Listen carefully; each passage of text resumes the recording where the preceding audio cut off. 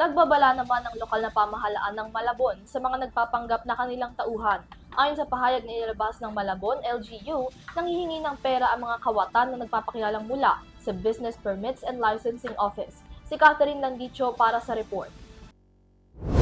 Naglabas ng babala ang pamahalang lungsod ng Malabon kaugnay ng mga ulat hinggil sa isang individual na nagpapanggap na tauhan ng Business Permits and Licensing Office o BPLO at nanghihingi umano ng pera sa mga may-ari ng negosyo.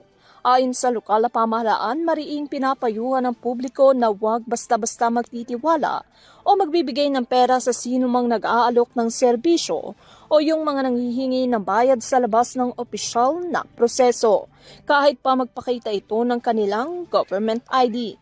Ayon pa sa kanila, hindi garantiya ang pagkakaroon ng ID sapagkat maaaring ito ay peke. Binigyan din ng LGU na ang lahat ng opisyal na transaksyon ay isinasagawa lamang sa loob ng City Hall o sa mga itinalagang tanggapan ng pamahalaang lungsod.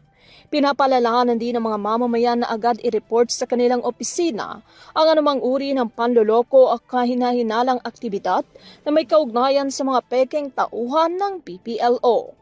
Naglaan din ng lokal na pamahalaan ng contact number at email address para sa mga nais sa magsumbong o humingi ng tulong ukol sa mga ganitong insidente. Para sa EuroTV News, Catherine Landicho, sumasaludo sa bawat Pilipino.